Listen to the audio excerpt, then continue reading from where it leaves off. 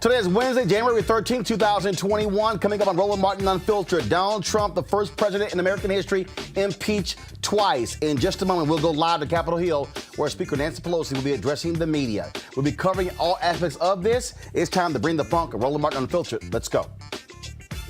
He's got it. Whatever the miss, he's on it. Whatever it is, he's got the scoop, the fact, the find.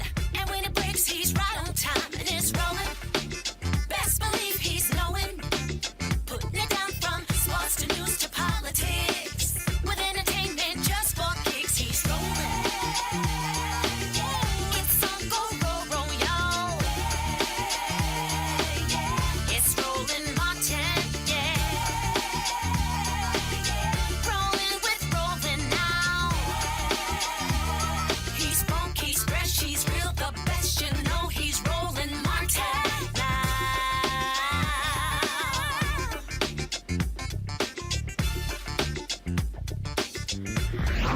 Martin. Democrats have successfully impeached Donald Trump for the second time. 10 Republicans voted along with the Democrats to impeach Donald Trump for him inciting the insurrection that took place a week ago on Capitol Hill. Right now, House Speaker Nancy Pelosi is addressing the media. We're going to go live to her comments in just 1 second, folks. So just give me a second, folks. Let me know if y'all have Speaker Nancy Pelosi up. This is critically important. This is the first time in American history that a president has been impeached twice. Never before has it ever happened where a president was impeached twice. Donald Trump now is that very person. And so in a moment, we're going to actually go live to Capitol Hill. Again, where Nancy Pelosi signing the articles of impeachment. She is speaking, like I say, as of right now. And so what's happening is you still have the House is in session. And so she will sign those and they will go over to the United States Senate. Mitch McConnell has already said he is not going to bring those up for a vote. This right here, again, right now, as Nancy Pelosi is signing these articles of impeachment right now. Go ahead. We stand before you to give account for our role in today's momentous decisions. In our deepest desire to carry out our responsibilities to govern, protect, while yet unsettled by the events of this past week. That you're hearing right now is the audio. Kill that audio. That's the audio that's coming from the well of the House. Again, you see right here these photographers taking photos of the actual articles of impeachment. Nancy Pelosi, she now is actually walking out, and so this is some delayed video here. So she has already signed those articles of impeachment. And again, for the first time in American history, a president has been impeached twice by the House of Representatives. Now, here's what also makes this completely and totally different than what we've ever seen before. 10 Republicans voted along with Democrats to impeach Donald Trump. That is the most ever for a president's party. The most ever. So this is the what happened today is the most bipartisan impeachment in American history. Remember, it has only happened to 3 United States presidents. Just 3. President Andrew Johnson, then, of course, Bill Clinton, and then Donald Trump. Now, a second time. And so that's what's going on here. There were numerous speeches taking place on the floor of the U.S. House. We're going to show you some of those. The reality is this here. Donald Trump's involvement in this catastrophe is important because what the House Democrats said that he led these folks, encouraged them, told them to go down to the Capitol. Numerous Republicans stood up, and in their speeches, they said, "This is not enough time. It's not enough time. We really shouldn't be doing this. We shouldn't be. We haven't had an investigation, but you don't need an investigation. You don't need an investigation when you can clearly show exactly what took place. When the man stood in front of these people and called for it. In fact, Republicans, even Kevin McCarthy, the Republican House leader, said Donald Trump did not ask these people to stand down. What this man did, absolutely positively, was ignore the U.S. Constitution. The president is sworn in to protect the country from enemies, foreign and domestic. And the reality is these white domestic terrorists, were there to support him, to support Donald Trump. We all know this. We know exactly why he didn't say anything, because he relished it. The reporting that's come from the Washington Post and the New York Times says and confirms that's exactly what he did. He enjoyed it. He enjoyed watching these people. He enjoyed watching these people do what they did. Congressman Steny Hoyer, the House Majority Leader, actually quoted Republican Liz Cheney in her comments where she said she was going to vote to impeach Donald Trump. This is what Hoyer had to say. But I want to reference the remarks of the chair of the Republican Conference, which is the analog to the Democratic caucus. It is all the Republicans elected to the Congress of the United States in the House of Representatives. And they elected Liz Cheney, the daughter of the Vice President of the United States, the former whip of this House, Dick Cheney, with whom I served in the 80s. Representative Cheney from Wyoming, a conservative Republican, said this: "The President of the United States summoned the mob, assembled the mob, and lit the flame of this attack." That is not some irresponsible new member of the Congress of the United States. This is the daughter of the former Republican whip and former Vice President of the United States of America. She knows of what she speaks. And she said this as well: "There has never been a greater betrayal by a President of the United States of his office and his oath of Constitution, to the Constitution." This is not, as Liz Cheney says, just some action. She characterizes it as the biggest betrayal of any President of the United States in our history. Let's go to my panel. A. Scott Bolden, former chair of National Bar Association Political Action Committee. Robert Portillo, executive director of the Rainbow Push Coalition Peachtree Street Project. Monique Presley, legal analyst and crisis manager. Monique, second history made with Donald Trump here. The bottom line is, I heard the whining and the crying of Republicans. Oh my God, what are we going to do? What are we going to do? The reality is this. The reality is Donald Trump did it. I don't understand why these people somehow think we need to have this massive, this massive investigation. Let's have long hearings. The reality here, Monique, he said it, he did it. It was clear, and you don't have to have a big old show and then to have Kevin McCarthy say, "Oh, we could just censure him." The Republicans wouldn't even support censure. This was the right move by the House. Absolutely. This was the thing that they needed to do. It wasn't just the right move because there weren't any other moves that were more politically expedient. It was the right move because impeachment is required. The things that the president did, the statements he made, the acts he committed, the insurrection that bears his responsibility requires impeachment. It's an impeachable offense. And so I frankly am pleased that they went in that direction, whether it equals him ultimately being removed before his clock runs out or not. The message has to be made that if you commit this level of offense, that the direct and appropriate action will take place. The thing here, Robert, that was just a joke is to listen to these whiny Republicans. This is just, he's going to be leaving in 7 days. I mean, why are you doing this? Because you do it for history. You do it because it's right. You do it because it doesn't, the Constitution does not say, here's a window in which you should do this. Republicans actually told us that, hey, we can confirm a Supreme Court justice anytime we want because the Constitution does not state it can't happen. Well, guess what? If you can confirm a Supreme Court justice in 8 days, you damn sure can impeach a president 7 days before the inauguration. Absolutely. And let's understand that impeachment is fundamentally a question of guardrails in our constitutional system.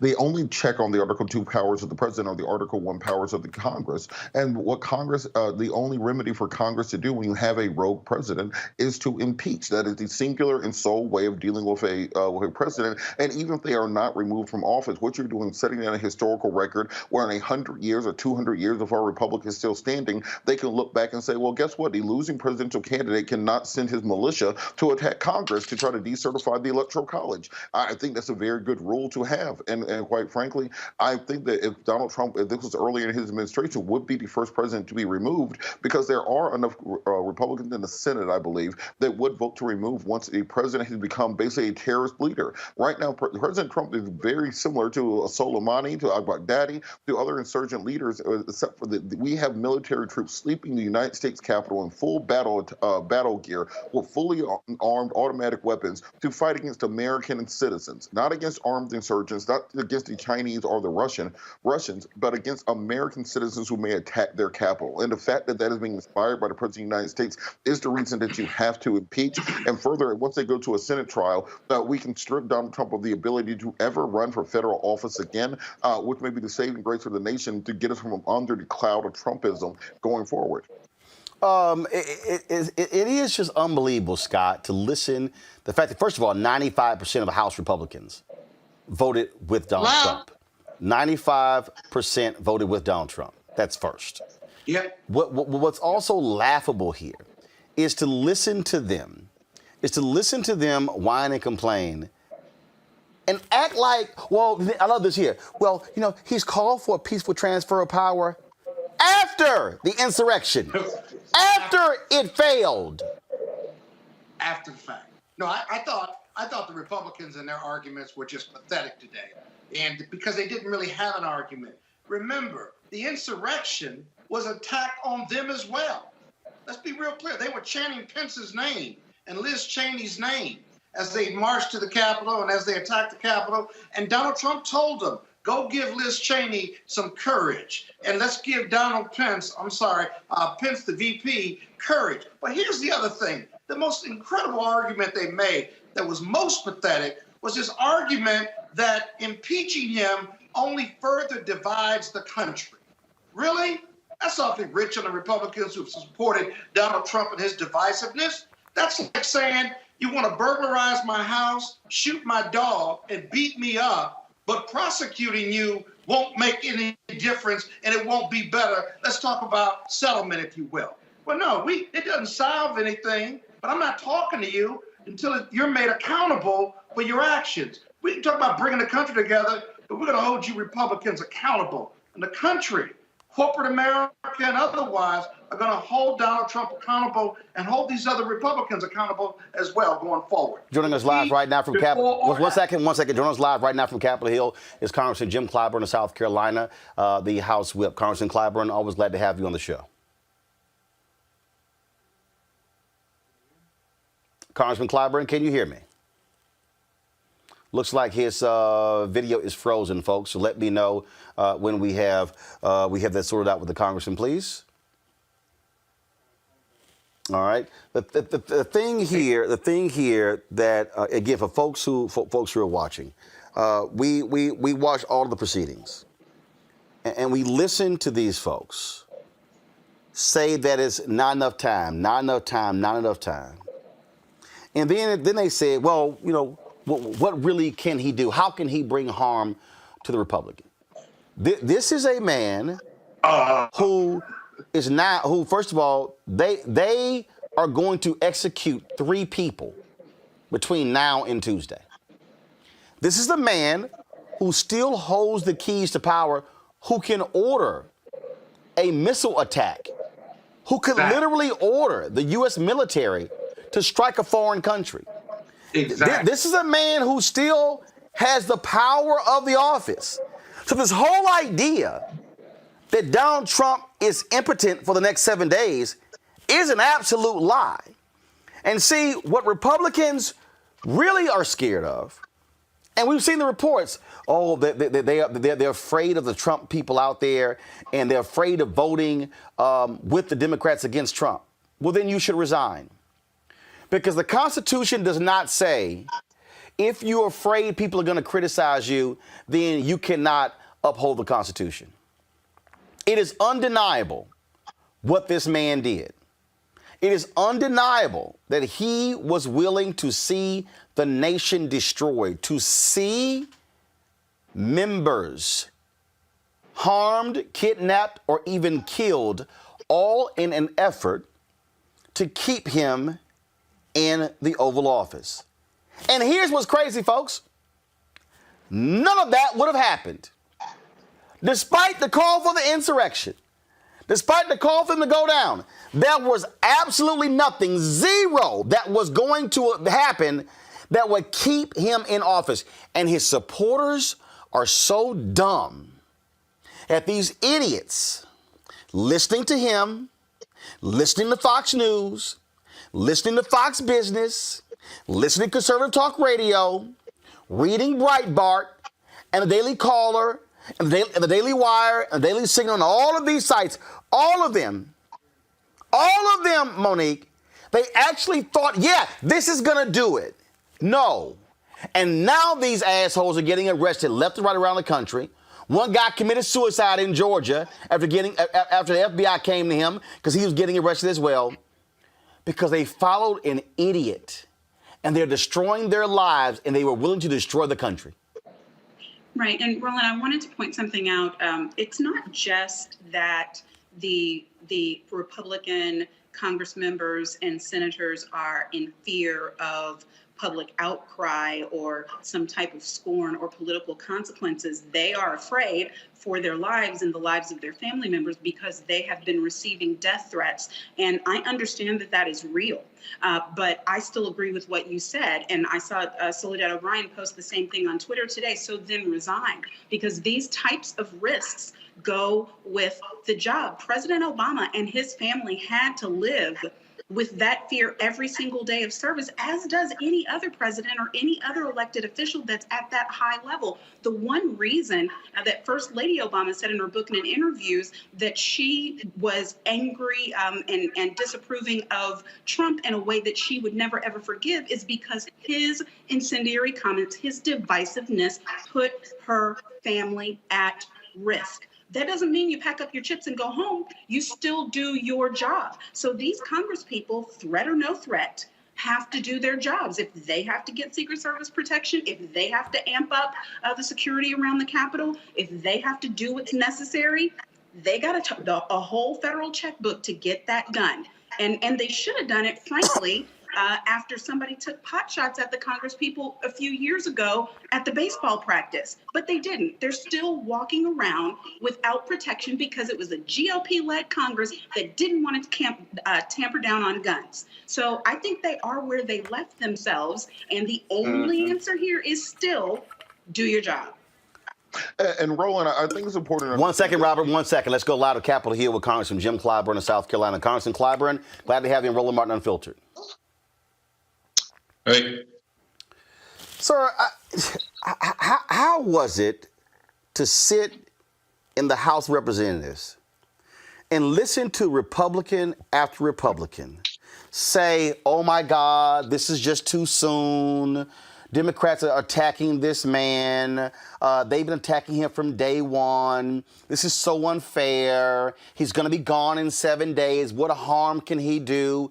When they have stood by every statement, every comment, every action, they have defended him at every point. They have never held this man accountable, and they were willing to allow him to stay in office after inciting an attempted coup d'etat against the United States. It's tough to sit and listen to that. But, you know, we are used to them saying one thing and doing another. As you know, I grew up in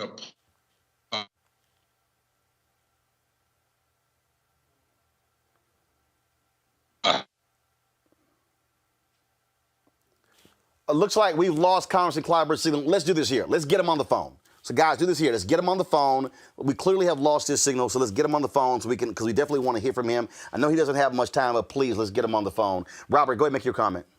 Well, I think the Republicans are suffering from what's called a Faustian bargain. About 10 years ago, with the losing to Obama, they decided that it was worth bringing in the dregs of America, as Hillary Clinton called them, the deplorables, the conspiracy theorists, the violent mobs, the militias who were on the outside of American politics, and they brought them into the Republican Party in order to beat Obama. That is how these people got into American politics. But what we saw is that metastasized, that you end up getting rid of John Boehner, you got rid of Eric Cantor, and then eventually these outliers turned into the leadership of the party. You know, Ted Cruz and Rand Paul used to be outliers in the Republican Party. Now they are the standard bearers for the party. So now Mitch McConnell is faced with a situation where he has a caucus full of conspiracy theorists, racist, misogynistic, xenophobic, jingoistic individuals who have no interest in America but have an interest in supporting Trumpism and all that comes with Trumpism and trying to figure out how to create a governing majority. And that's why this impeachment is so crucial and important, because we're seeing these standard middle of the road regular Republicans, the Republicans that we used to still hate. Those same Republicans are still around, but at least they are operating from the same set of facts as the rest of us. At least they are operating the same shared universe, same reality, same mathematics, same version of physics that we are operating on. Because what we saw from the Trumpers and from this MAGA movement is losing by 7 million votes means that it got stolen from us. That no amount of math or reality is sufficient to force them to play from the same set of cards as we are. So I think mainstream Republicans are going to have to work to bring the party back to the to traditional values and work on purging themselves of these people who are violent separatists, who are extremists, who are part of the Texas movement, who want to remove Texas from the Union, who believe that this will be a whites-only nation. And many of the worst parts of American society, they have bargained with them, and they have to work on fighting back against that. The thing that is really amazing here, Scott, is what the Republicans didn't understand, well, maybe they do understand, is that if you let this man get away, and this is why the impeachment is so important.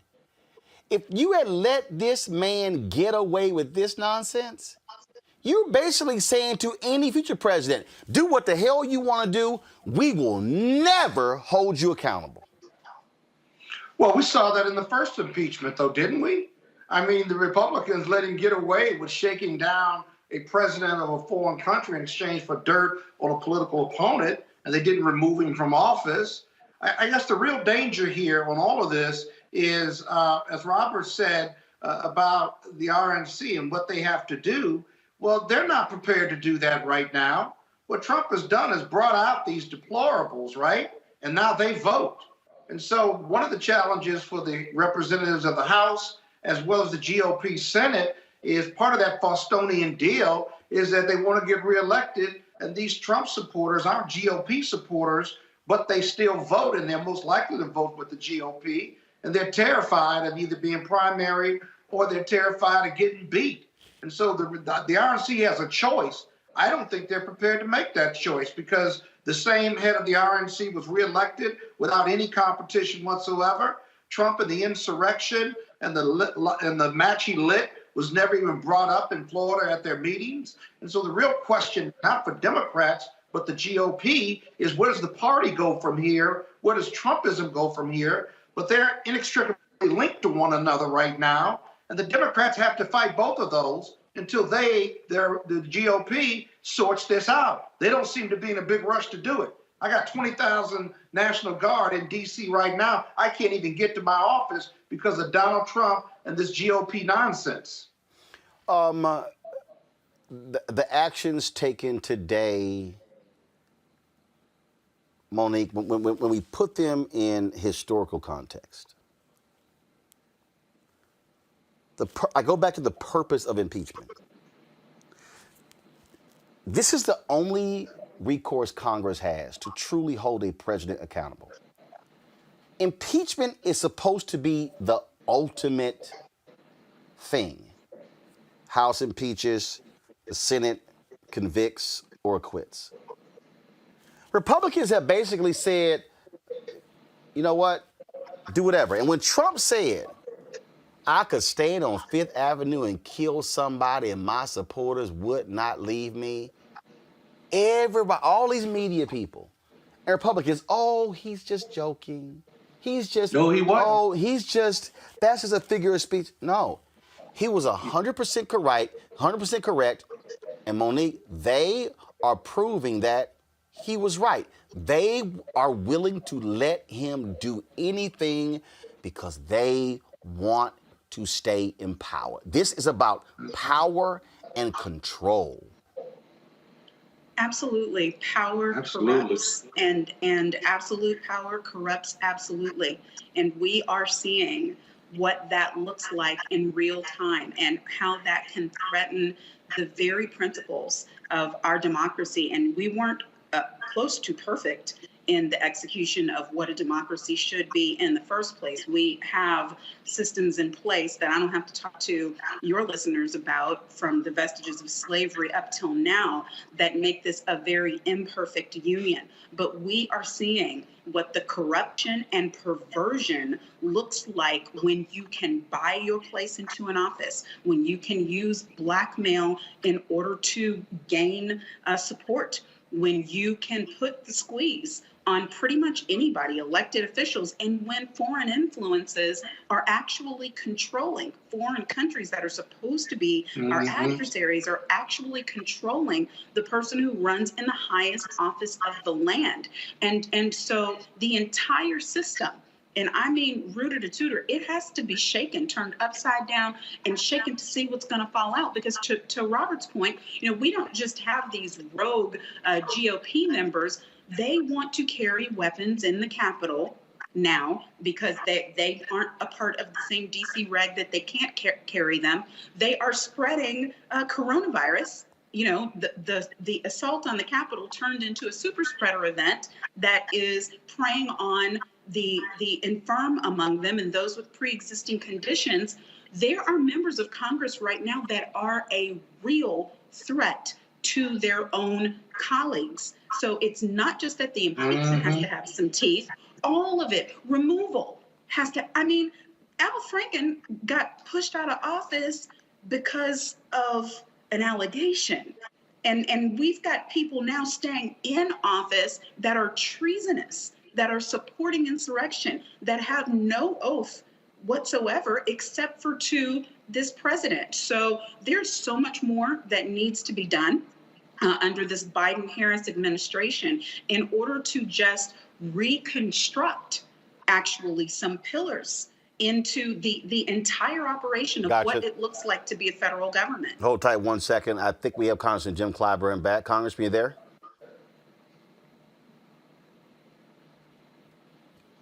All right. Well, guys, you were sending me a note. Okay, got it. All right.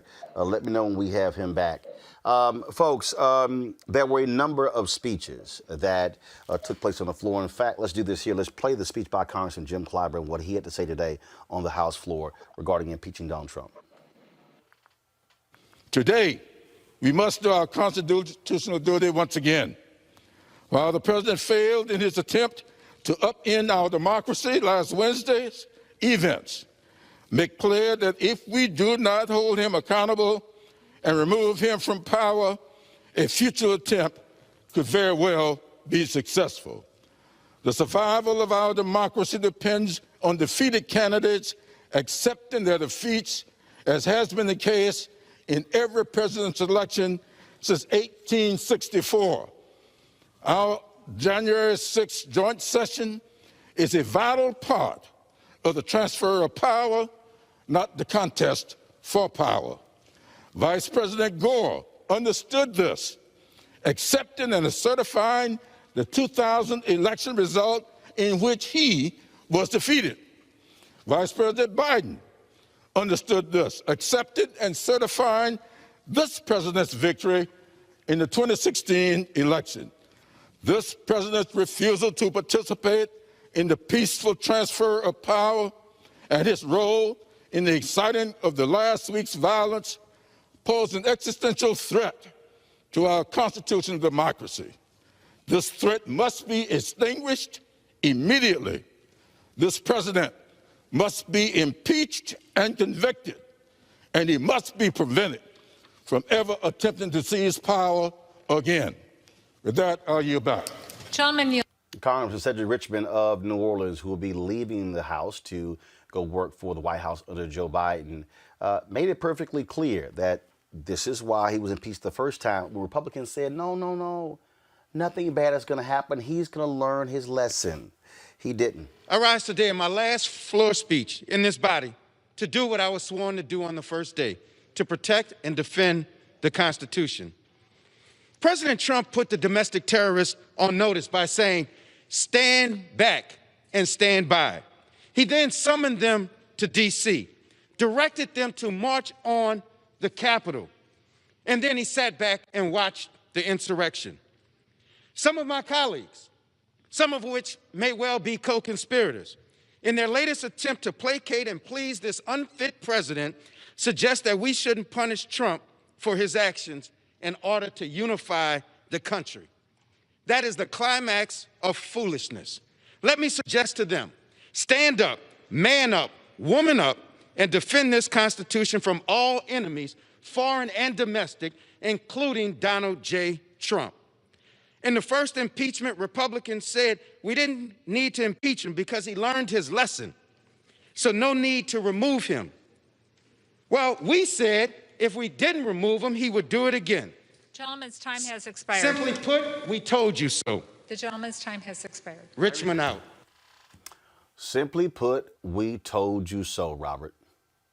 You're absolutely correct. And let's just think about it this way. If Vladimir Putin did identify Donald Trump 4 to 5 years ago or 6 years ago and decide to help him run for office, his investment paid off 3 to 1 because they have exposed every weakness in the American political system. They've exposed our weakness to demagoguery, our weakness to fake news, our weakness when it comes to checks and balances in the United States system, understanding how weak and impotent the Congress of the United States is to regulate the president. The Congress is ceded over its power of the purse strings in many ways to the presidency. It's ceded over its national security power to make and declare war to the executive branch. So in many ways, what we are seeing, what we've seen from on the international stage, is the diminution of the American influence overseas, and in many ways, is looking as if this century is going to be a Chinese century, not an American century, because there's no way for our allies to believe that America has a political system that will be stable. There's no way for the economic markets to believe that the dollar will be able to sustain a Don Jr. run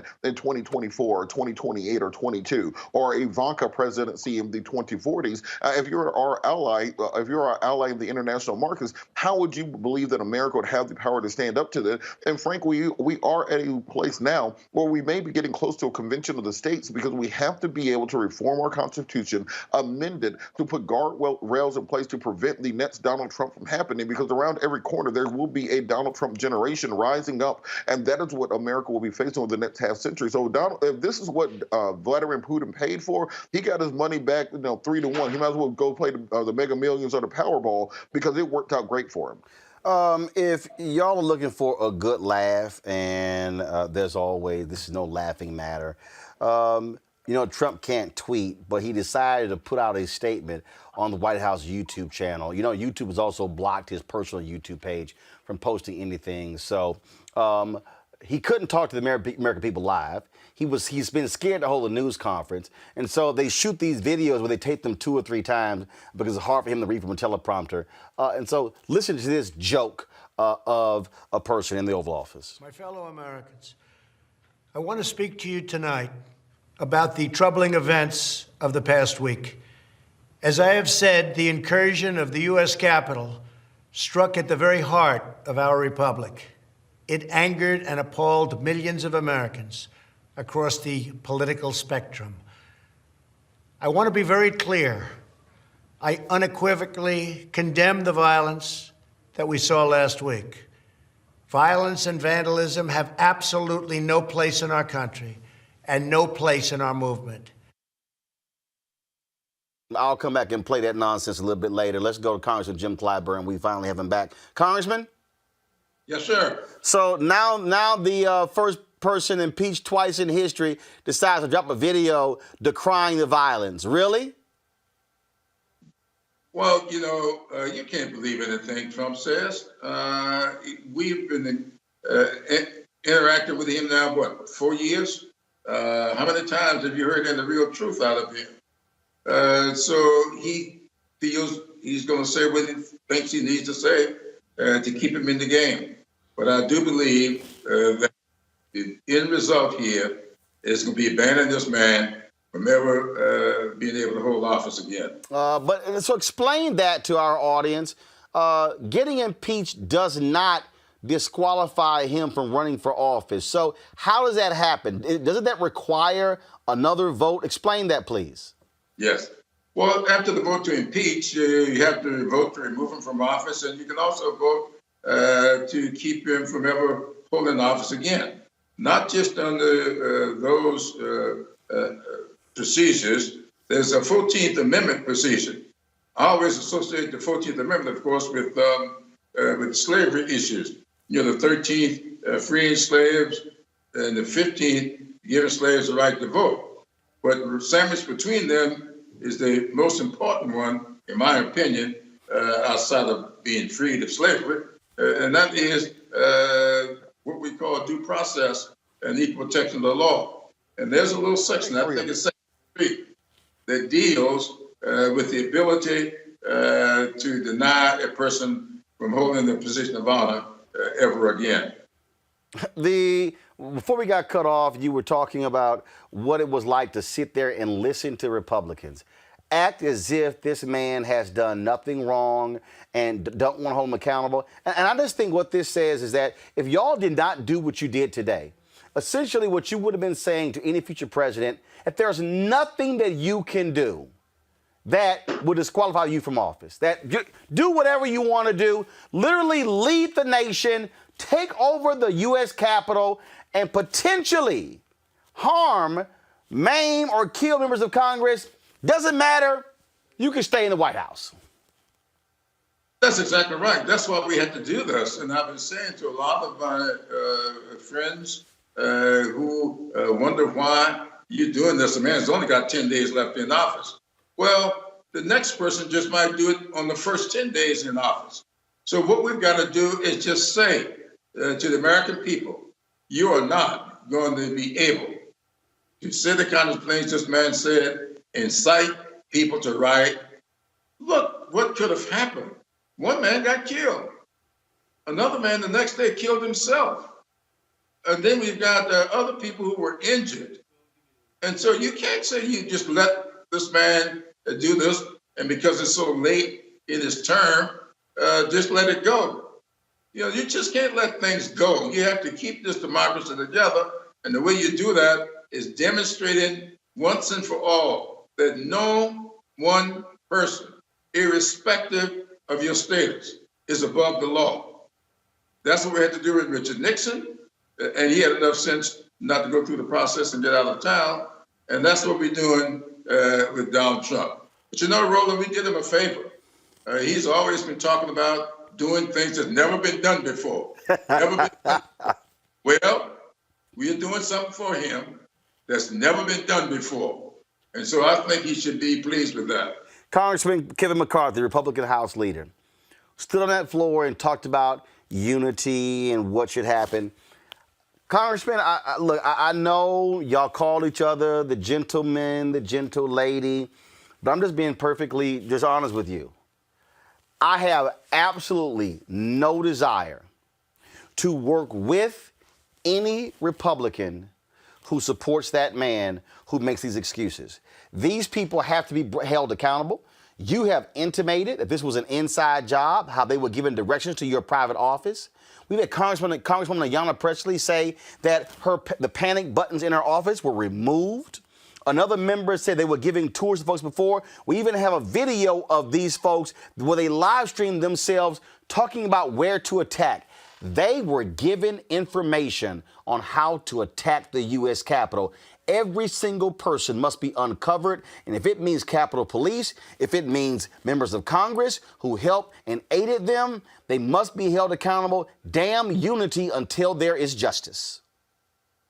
You're absolutely correct about that, and we're pushing very hard to make sure that these people who are complicit, and all of them are not necessarily part of the police force or something else.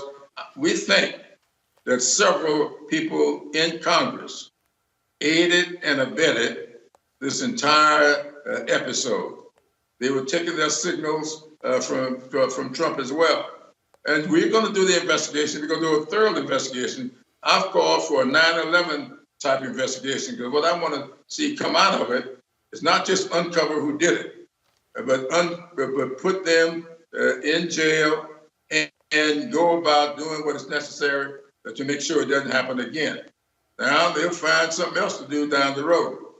But if you do this the right way, but also signal to those voters in these congressional districts that's sending these kind of people up here that if you want real meaningful representation, you want something to get done for your congressional district, send somebody up here with some good sense, and not somebody that's coming up here to carry out some ideology that's got nothing to do with moving this agenda, the agenda of this country forward. Last question for you, sir, and that is this here. Y'all have put some metal detectors outside of the chamber, and Republicans are whining about that. Are y'all, and then they ignore the Capitol Police. Are y'all going to sit here and say to the Capitol Police, if a member does not walk through those metal detectors, they cannot walk on the floor?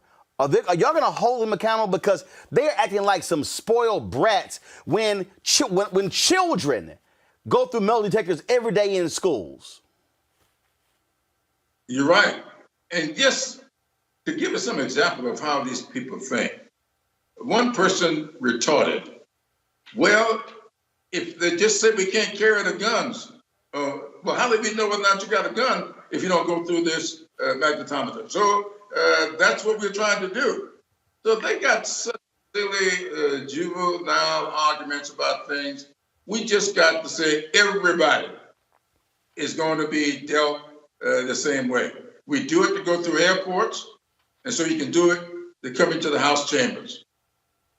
Congressman Jim Clyburn, we certainly appreciate it, sir. Thank you so very much for your service. What y'all did today was important not only for Americans today, but also for American history, for letting any president in the future know you simply are not a king. You can be held accountable when you lead a revolt against this country. Absolutely. Thank you so much. I know how tough it is for you to congratulate an Omega, but that's all right. Well, you know, again, alphas train y'all well. Congressman Jim Clyburn, I appreciate it. Thanks a lot. Okay, buddy. All right, y'all. Let me play for y'all the rest of this ridiculous video from this fool, Donald Trump. This twice impeached fool, this idiot, this despicable, shameful man. Listen to this fool. Making America great again has always been about defending the rule of law, supporting the men and women of law enforcement, and upholding our nation's most sacred traditions and values. Mob violence goes against everything I believe in and everything our movement stands for. No true supporter of mine could ever endorse political violence.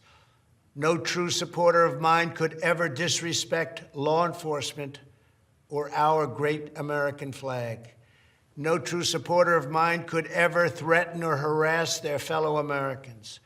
If you do any of these things, you are not supporting our movement, you are attacking it, and you are attacking our country. We cannot tolerate it. Tragically, over the course of the past year, made so difficult because of COVID-19, we have seen political violence spiral out of control. We have seen too many riots, too many mobs, too many acts of intimidation and destruction. It must stop. Whether you are on the right or on the left, a Democrat or a Republican, there is never a justification for violence. No excuses, no exceptions. America is a nation of laws. Those who engaged in the attacks last week will be brought to justice. Now I am asking everyone who has ever believed in our agenda to be thinking of ways to ease tensions, calm tempers, and help to promote peace in our country. There has been reporting that additional demonstrations are being planned in the coming days, both here in Washington and across the country. I have been briefed by the U.S. Secret Service on the potential threats. Every American deserves to have their voice heard in a respectful and peaceful way. That is your First Amendment right. But I cannot emphasize that there must be no violence, no law-breaking, and no vandalism of any kind. Everyone must follow our laws and obey the instructions of law enforcement. I have directed federal agencies to use all necessary resources to maintain order. In Washington, D.C., we are bringing in thousands of National Guard members to secure the city and ensure that a transition can occur safely and without incident. Like all of you, I was shocked and deeply saddened by the calamity at the Capitol last week. I want to thank the hundreds of millions of incredible American citizens who have responded to this moment with calm, moderation, and grace. We will get through this challenge just like we always do.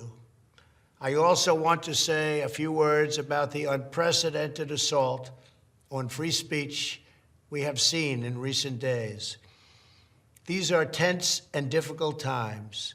The efforts to censor, cancel, and blacklist our fellow citizens are wrong, and they are dangerous. What is needed now is for us to listen to one another, not to silence one another. All of us can choose by our actions to rise above the rancor and find common ground and shared purpose. We must focus on advancing the interests of the whole nation, delivering the miracle vaccines, defeating the pandemic, rebuilding the economy, protecting our national security, and upholding the rule of law. Today, I am calling on all Americans to overcome the passions of the moment and join together as one American people. Let us choose to move forward united for the good of our families, our communities, and our country. Thank you, God bless you, and God bless America. Joining us right now is Ellie Mistel from The Nation. Ellie, I'm sure it took everything in your power not to bash the computer screen listening to that fool. Yeah, that's about 5 years too late for that kind of speech. I don't know who wrote it. Obviously, a lawyer or maybe a family member. Wasn't him that wrote it. That isn't the person that we've heard for the past 5 years. And I don't think that it's going to be the person we'll hear tomorrow or 3 days from now, because he never stays on message for longer than 48 hours. Well, and the thing, Ellie, is that when you look at this, the silliness, if you will, from Donald Trump, had he actually said that on Wednesday, this would have happened. Had he actually taken Kevin McCarthy's phone calls, had he actually taken Kellyanne Conway's phone calls, had he actually listened to Republicans who said, man, say something? No, he was enjoying last Wednesday. He was relishing last Wednesday.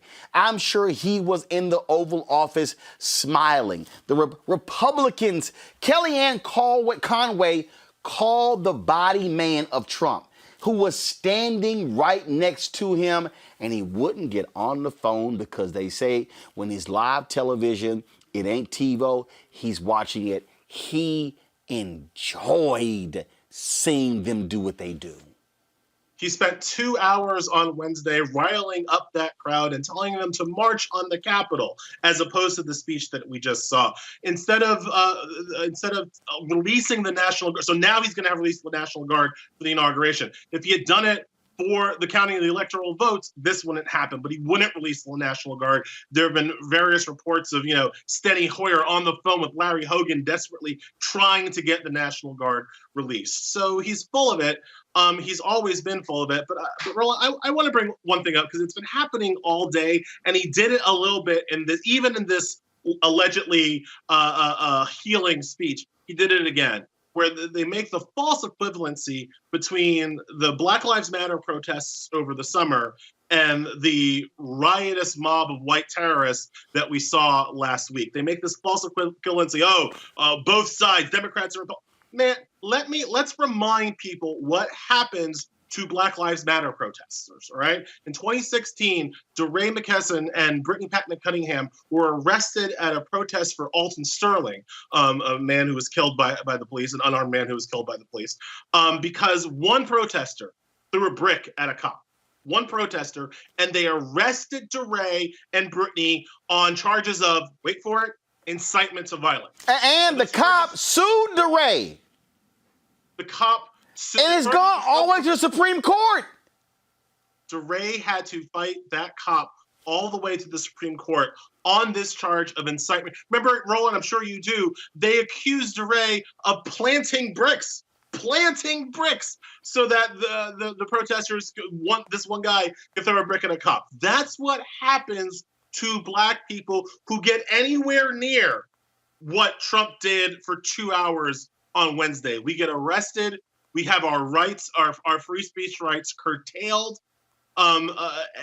We are not free to do 1/10 of what Trump did on Wednesday, and yet he's out here making a false equivalency between Black Lives Matter and what he did. Just to understand the racism, the white supremacy of the Republican Party, listen to what they did in the House chamber after Congresswoman Cori Bush of St. Louis spoke for 30 seconds today. Watch this. Madam Speaker, St. Louis and I rise in support of the article of impeachment against Donald J. Trump.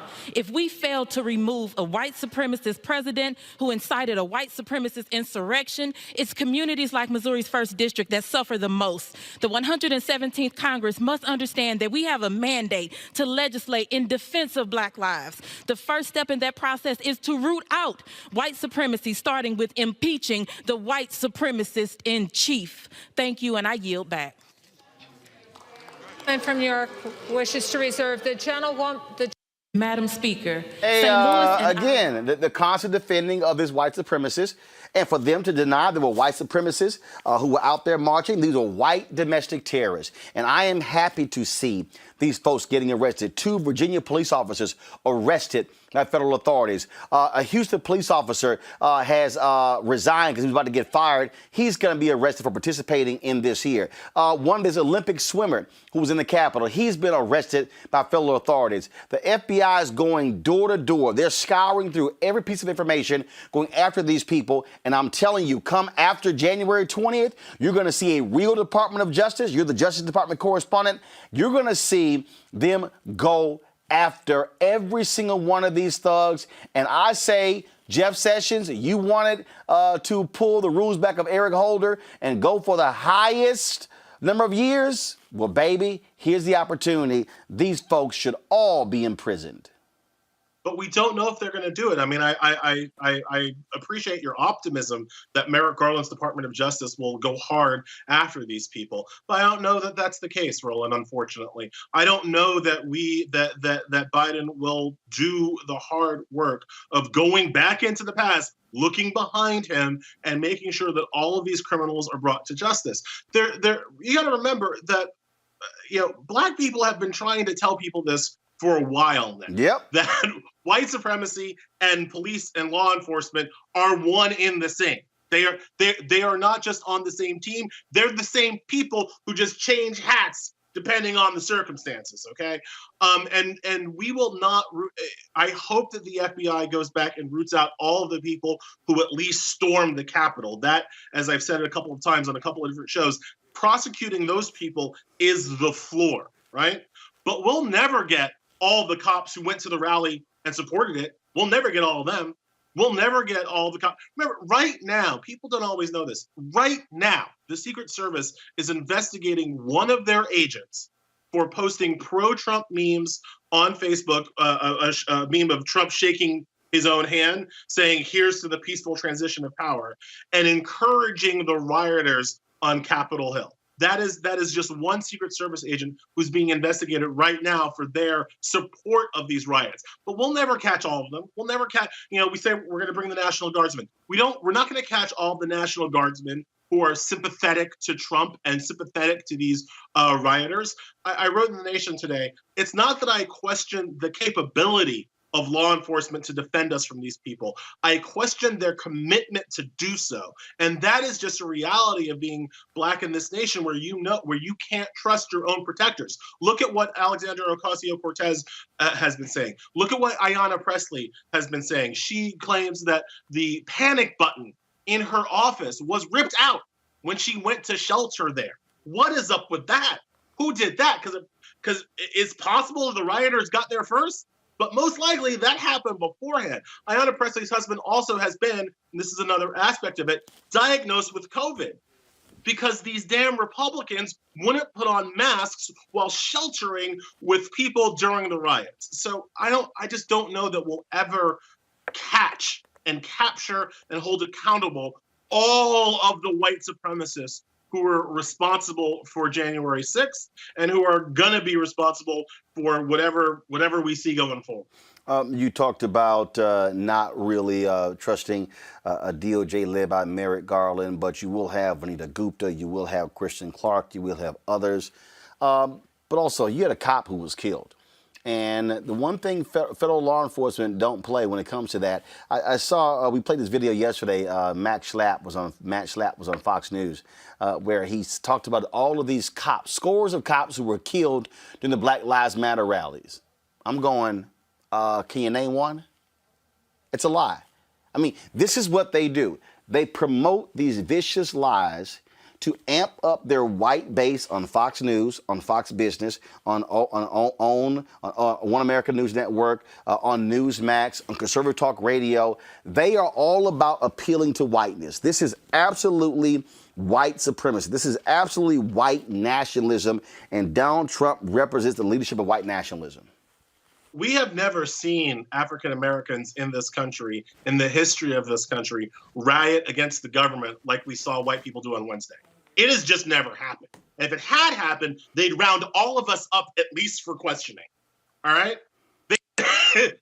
There is no opportunity. It's not like Black people don't have grievances too in this country, but there has never been a situation where we have assaulted the government of the United States in the way that we saw white people do on Saturday. It's just the false equivalencies that the right are trying to play with this violence are out to lunch. I saw Congress people up there today equating people yelling at Sarah Huckabee Sanders at a restaurant with the violence that we saw on Capitol Hill, as if yelling at a person at a restaurant is somehow equivalent to starting a riot that kills a cop, beats another cop with the flagpole, has another cop apparently feel so bad that he commits suicide and kills 4 of the rioters themselves. Right? We just never seen that.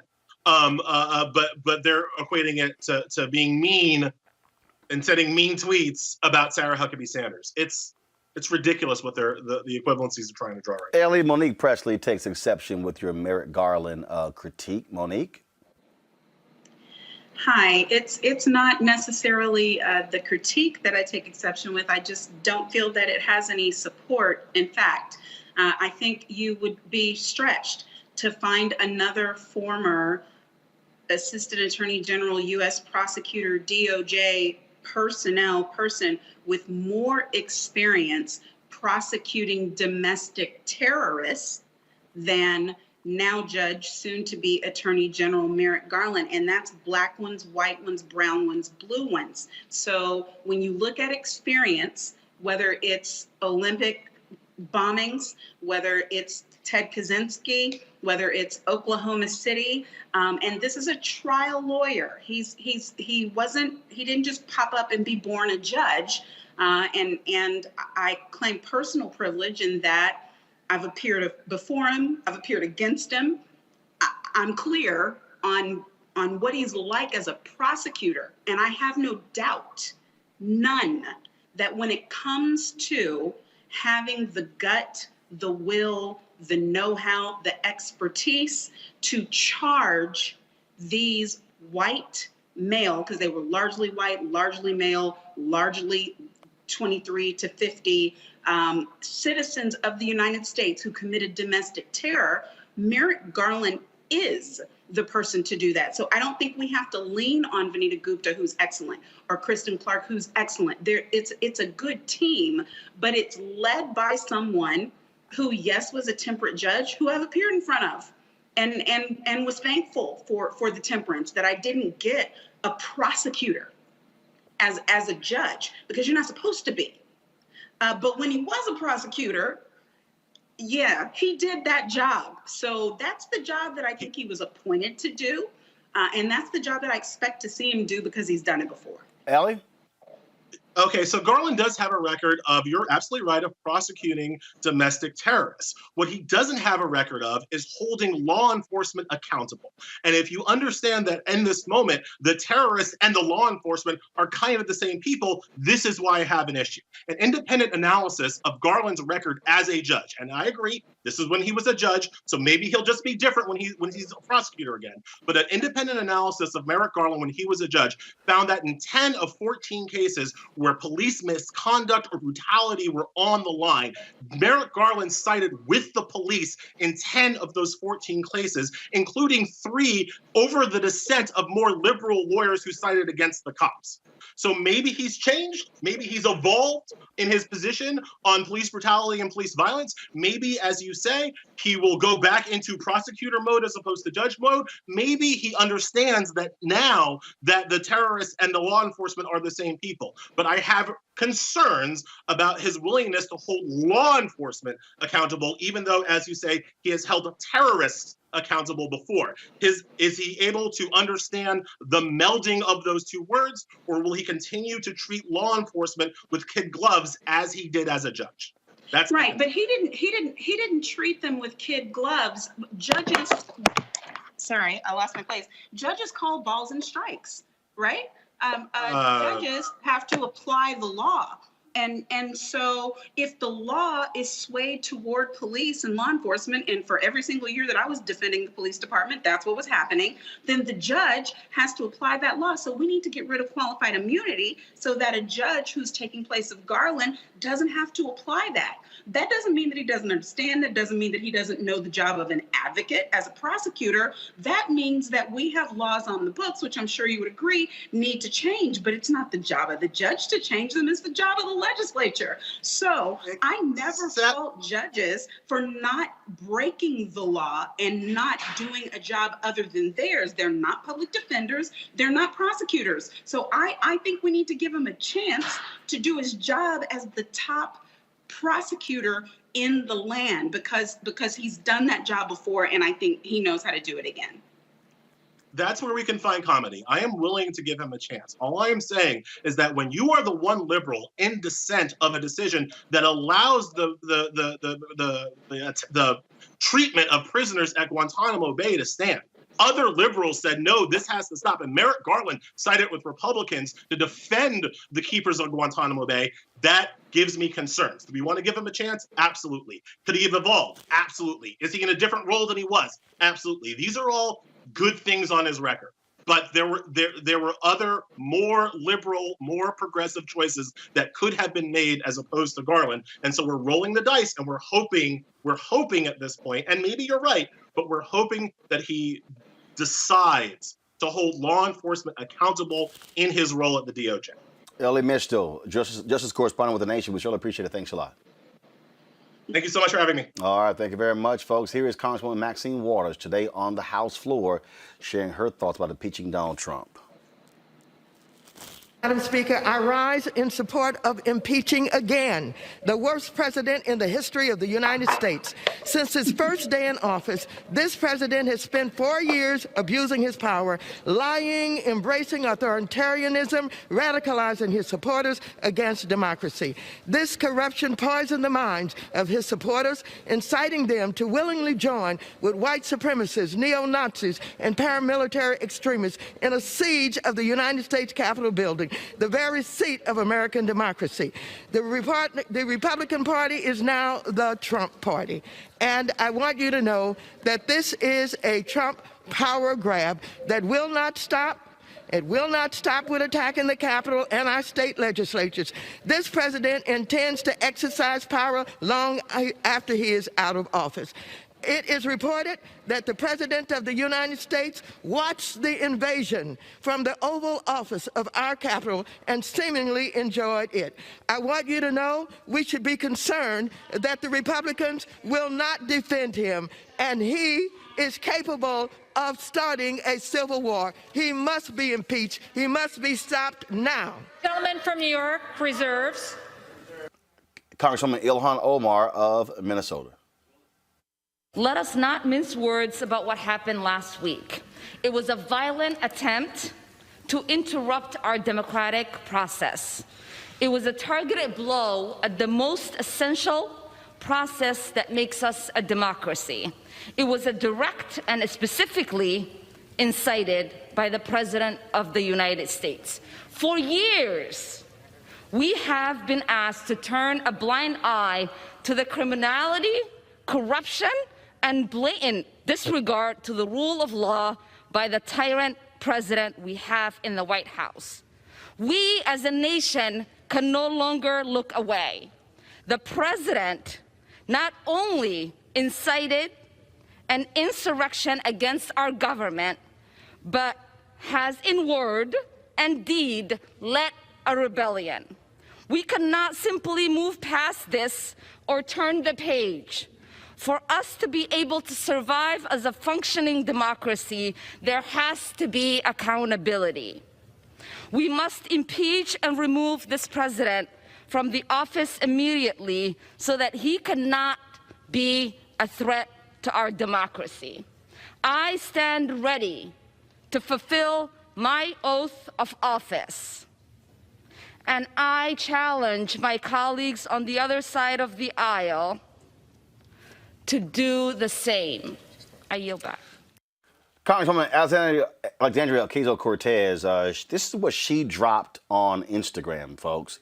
And when you talk about speaking a level of truth, she did not mince any words talking about the Republican Party.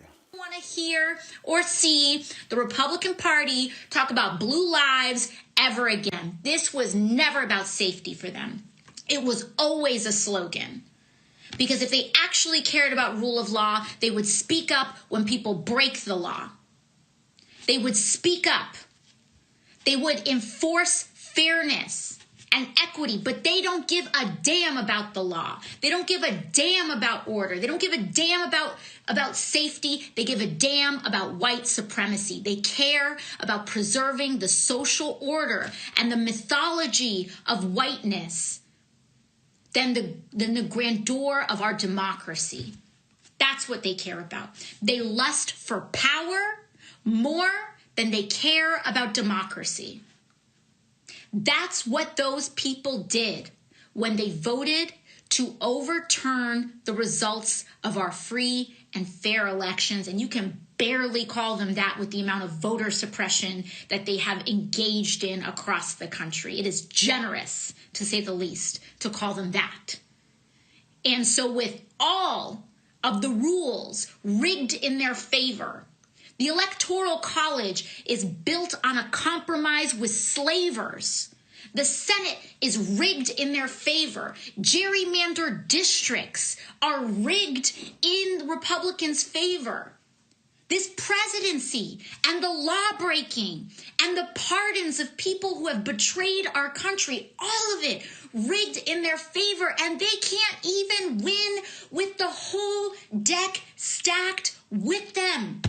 They can't even win with the deck stacked in their favor. And so what they are willing to do is set a match and light our entire democracy on fire so that they can uphold the social order of white supremacy. That's what this is about. Straight up. This is about thinking that if an election doesn't reinforce your power, then you believe it is fundamentally illegitimate. That was Congresswoman Alexandria Ocasio-Cortez. Folks, we talked earlier about how these riots were being planned. And I'm going to go to Robert and Scott and Monique next. But we're going to show you this video This is literally video. Remember, these people were live streaming this whole deal. Listen to them talk about their strategy on how they're going to attack the U.S. House. What's the floor plan? That door, there's a door to the right. That's a cop. Going down the stairs, back looping around, door beneath us. That's you. We're going to get over.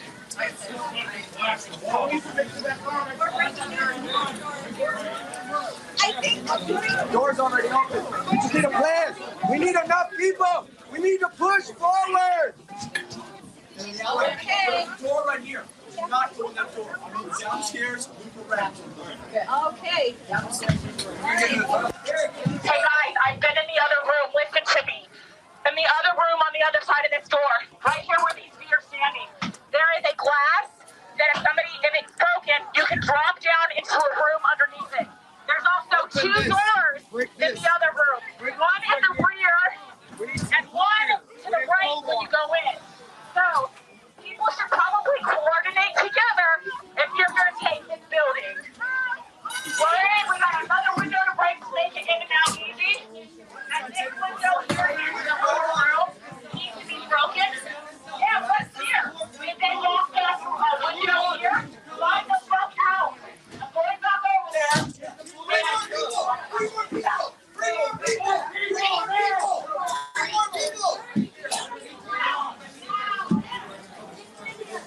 Where's my press? Story extension. Remember I told you? What's he saying? Tell me what you're doing. Just give me some narrative. Look for yourself. We need people. We need people. God damn it.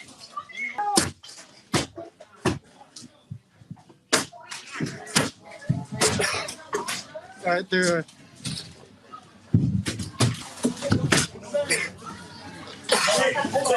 Yep. You mean like he's gonna fucking ball or some shit? No, I mean like tear gas. Don't fuck with that shit. Don't touch that. That's not what it is. That could be like that thing. All right. Use it as a battery. Yes. That's our shit. Scott, to watch this video, I mean, they had help. They were not just flying blind doing whatever. No one was scared. There were no police around. They had a game plan. They weren't as organized as the military per se, but they had a game plan. They were reporting back to one another, and that group right there was systematic and affirmative in what their goals and objectives were, which was disruption. We still don't know what they took out of the Capitol. I keep raising that we know what we saw them take, but we don't know what sensitive information that they took. There are no police around. It's almost like they're in this office, and that's their headquarters, at least for that sector of the Capitol. We've got windows broken over here. We need people over there, if you will, right? And still no police. And here's another thing, right? Those people, just those people, right, walked out of the Capitol free and went home or went to their hotels. No one was arrested. Those 70 people that were arrested that day, the majority of those were for curfew violations after 6 o'clock. They weren't at the Capitol, if you will. When reinforcements came, they didn't even have the buses there. Where in Black Lives Matter, they had buses, they had plastic handcuffs, and they just lined them up and arrested them to go process them. None of that was there, even after the National Guard was there, right? Second, or lastly, these people were not afraid. I'll say it again, they were not afraid. This was their house. They weren't afraid of law enforcement. They believed this was a revolution. Look how assertive they are. They got that narrative from Donald Trump, that negative narrative from Donald Trump. That's why he's responsible. That's why he needs to be impeached. And that's why these people walking out the door were never arrested. And now they're going to arrest them. It's going to take years. They won't all get them, as Monique says. But look at that. That's not Black Lives Matter. That's insurrectionists, right? That's not rioters, right? Those are people attacking democracy because they believe in white supremacy and they believe in Donald Trump. And for Donald Trump to lose, that had to mean that this was fraudulent elections. Bottom line, and it never stops being that. There are a lot of trash-ass takes out here, Robert. Here's one of them from James Comey. Oh, my God. Biden should pardon Trump as Ford did Nixon. I don't know. He should consider it. Now, I don't know whether Donald Trump, he's not a genius, but he might figure out that if he accepts a pardon, that's an admission of guilt, the United States Supreme Court has said. So I don't know that he would accept a pardon, but as part of healing the country and getting us to a place where we can focus on things that are going to matter over the next 4 years, I think Joe Biden's going to have to at least think about that. Do you think Joe Biden should A phrase I'll use right here, Robert. That's that bullshit right there. Mm-hmm. Exactly. It's important to understand that Donald Trump from the beginning has always been a symptom of what's going on in America. He's not the cold itself. These people have been organizing militias, have been organizing the Boogaloo Boys and the Proud Boys and all these other separatist groups for years. Donald Trump was simply the martyr. He was the iconoclastic figure that was needed to unite these disparate groups. But it's going to be important that as we do congressional hearings and investigations, at least 3 sitting Congress people have been implicated as assisting these terrorists in their attack on the Capitol. Remember, this was not a riot. I've been in a riot before. I think everybody's seen a riot. A riot doesn't have a police escort. A riot doesn't bust people in and put them up in a hotel for the weekend. The riot doesn't have a permit to have speeches in the park before you go start rioting. So this was very clearly coordinated. We've had people who were part of the come out. Alex Jones has said he was in constant contact with the White House, leading people down. That this was an organized and consecrated attack on the United States government. Is going to be very important to find the people in Congress who are involved, expel them from the House, prosecute them, ensure they can never hold office again, charge them with treason and sedition, send them to Guantanamo Bay. I think we might have to see Ted Cruz and Senator Hawley carted off in orange jumpsuits and put on an island somewhere. We had even during a terrorist attack on the Capitol, 140 Republicans still voted as part of the charade to not certify the Electoral College results. This was an attack on the United States government, the attack on the United States Capitol. All 140 of those Republicans should not be seated in the next Congress. Those state legislatures should call for a special election. We have to get people like Marjorie Taylor Greene, who's a certified white supremacist, out of Congress. We have to get these people and purge them from the government. The way to heal is not simply to say there's someone busting your house and then you see them in your front yard holding your TV and you say, well, it's time to heal. No, we have to put the TV back. We have to prosecute the people, and then we can start healing. I think the Republicans are trying to skip over that very crucial step. It is just, it's amazing to me, Monique, that heal. These white folks still mad about 9/11. Heal.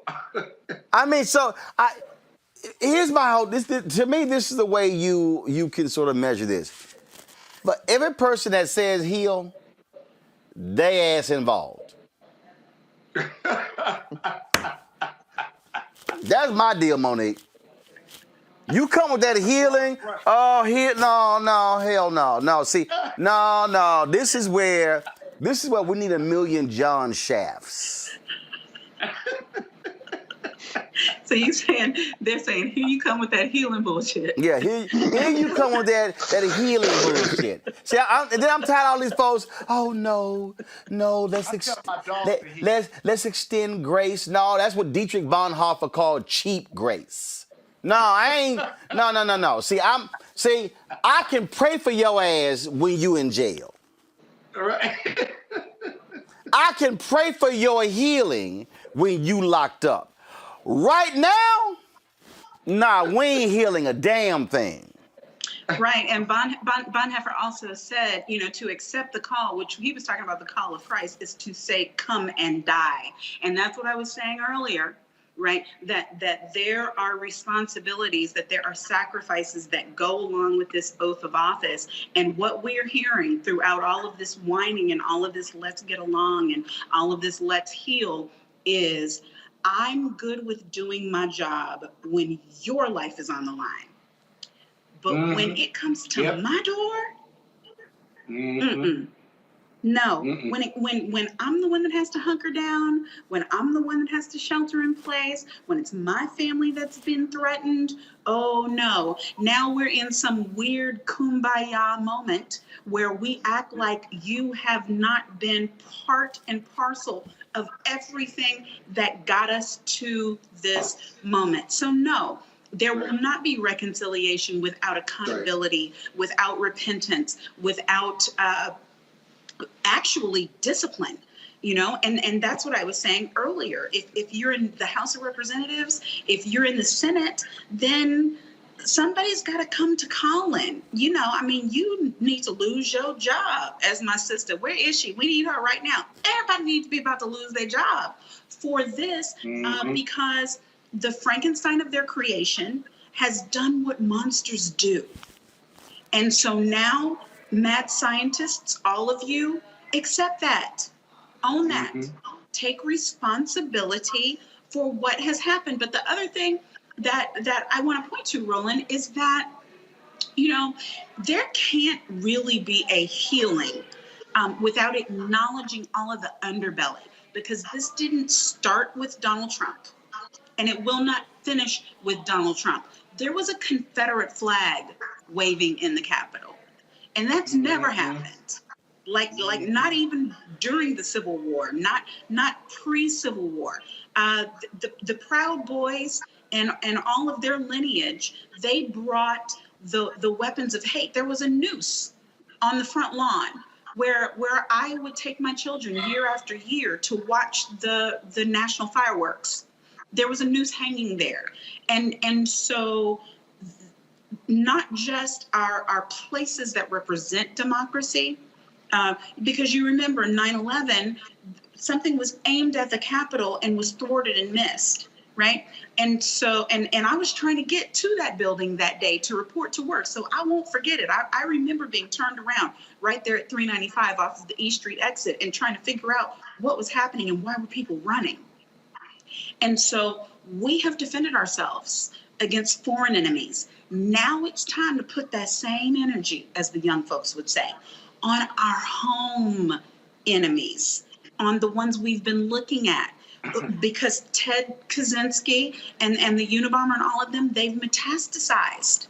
So let's look at these angry white men who start getting angry when they're 16 and don't stop getting angry until they die. What they so mad about?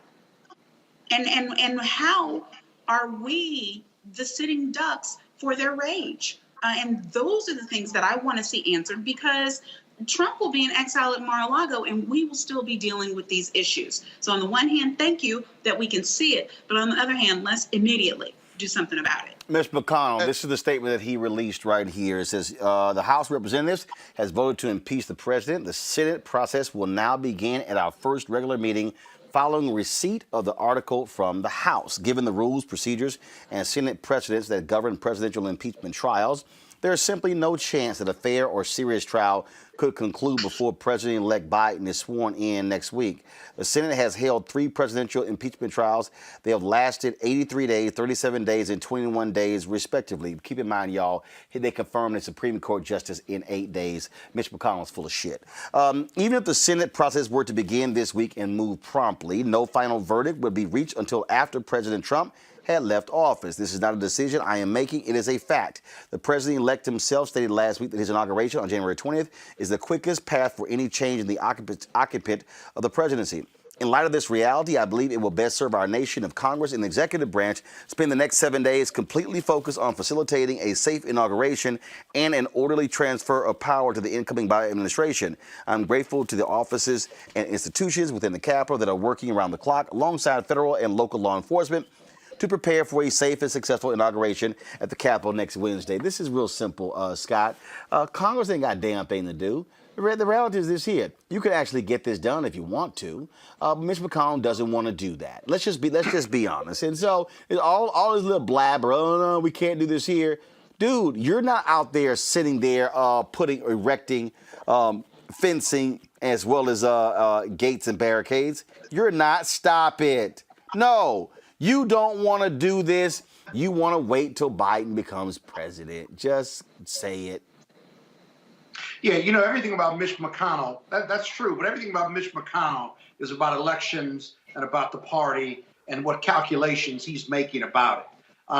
And so he certainly doesn't want the GOP Senate to stand up and vote either way on this particular bill. And by the way, or impeachment, and by the way, there's a 2014 amendment to some legislation that allows them to call them back in times of emergency. The majority leader and the minority leader for the Senate have to agree to that. And so the reason this is important is because Schumer, the Democratic minority leader, has said, I will call my people back. So he needs McConnell to call the GOP senators back.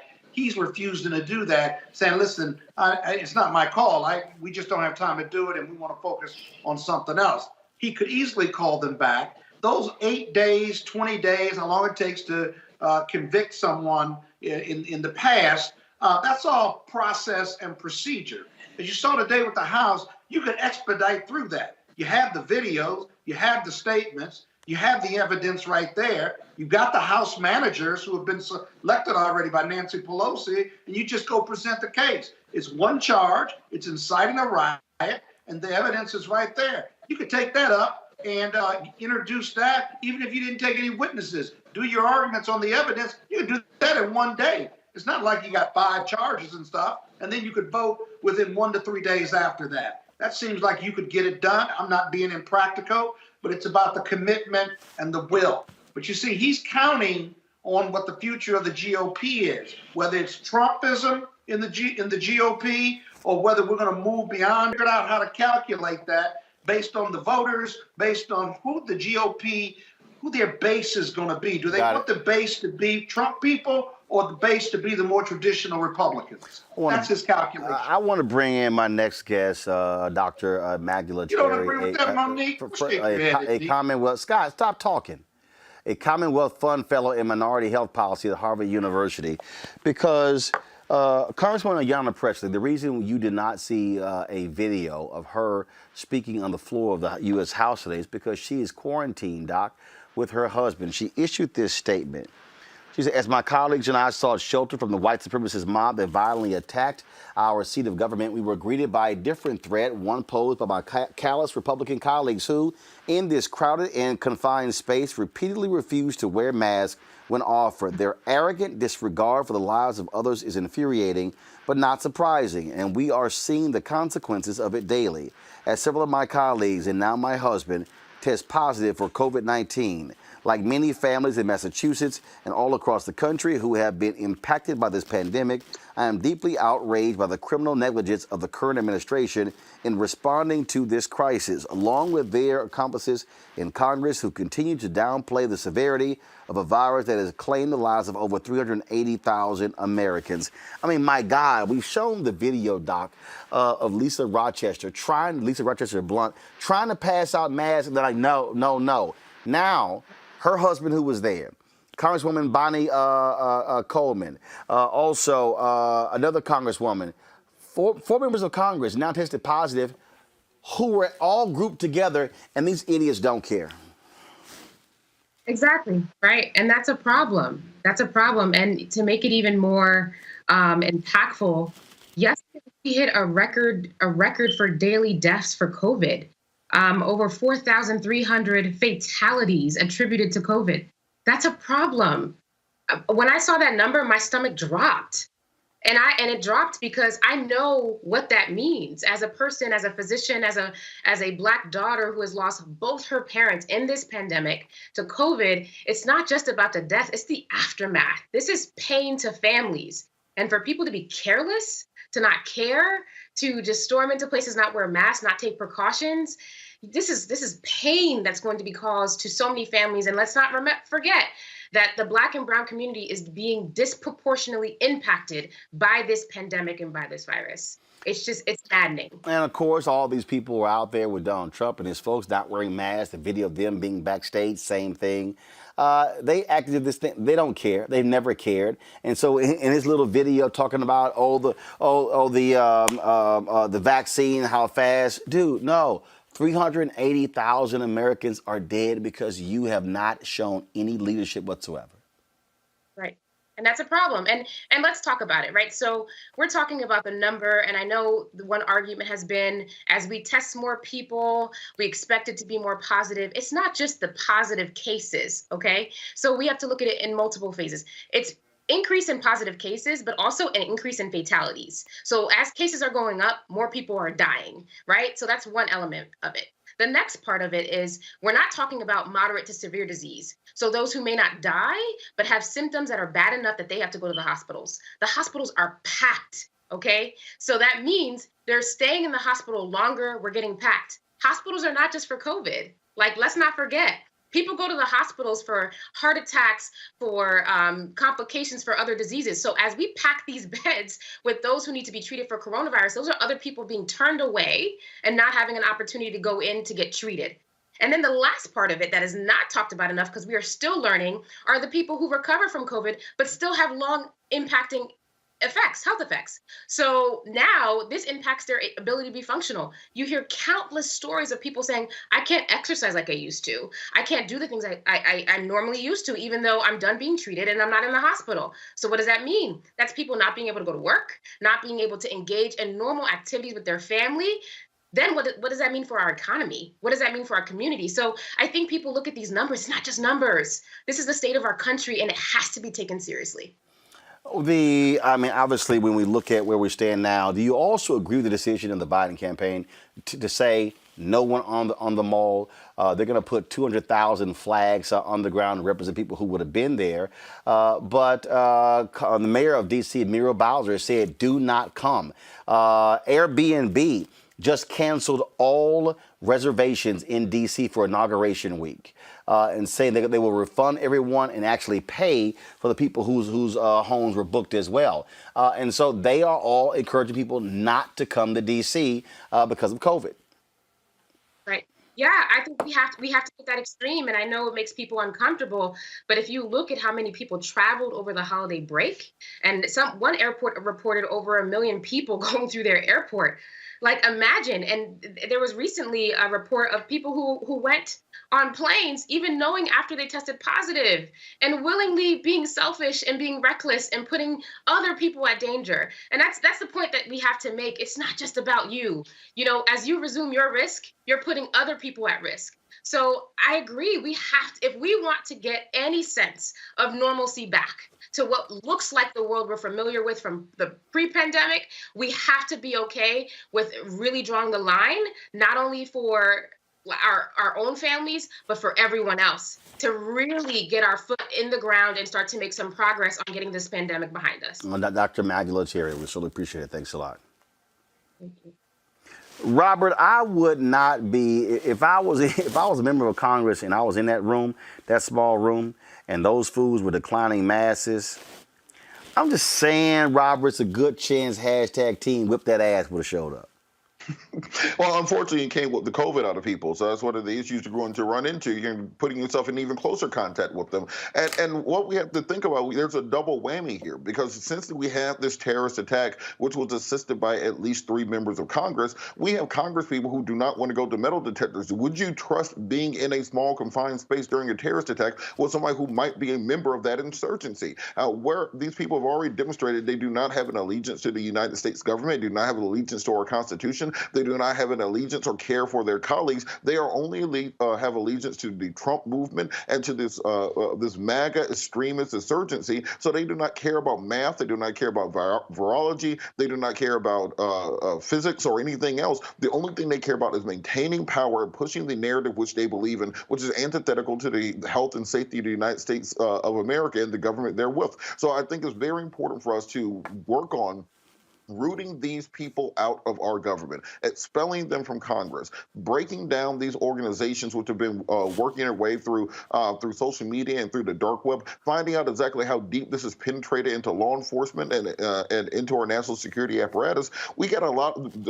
Joe Biden has the hardest transition of any president probably since Ulysses S. Grant, and trying to bring a nation back together. And it's going to take a Congress which is willing and ready to fight along with them to defend and protect protect our democracy. I'm going to come back to this. I do want to go to this story, this breaking news story. As we said yesterday, former Michigan Governor Rick Schneider has now been charged with willful neglect of duty regarding the Flint water crisis. Monique, that is a big development there. Yes, and an appropriate one. And this is one of those justice delayed but not denied type scenarios, because we've all known and been wondering at what point the state officials would be held accountable for their part in a crisis that so clearly could have been avoided or at least stymied. So I was happy to see that the investigation continues, that the prosecutors are doing their jobs, and that they're reaching all the way up to the highest parts of the government. Scott, you represent one of the emergency managers. Your thoughts on this decision to indict and charge the former governor? Haven't seen the indictment. I can tell you that the prior criminal charges against Darnell Early and others were dismissed because they simply could not make the connection between those decisions and criminal intent as opposed to civil liability.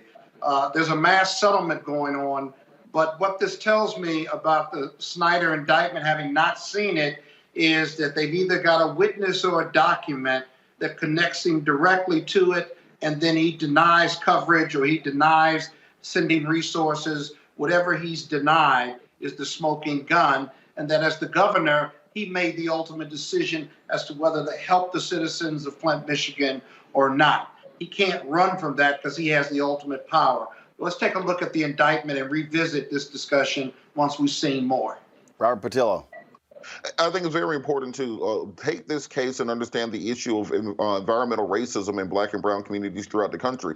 Flint is the canary in the coal mine, but both affecting Black communities and other minority and poor communities. Everything from fracking and having a sink that will shoot flammable gases out.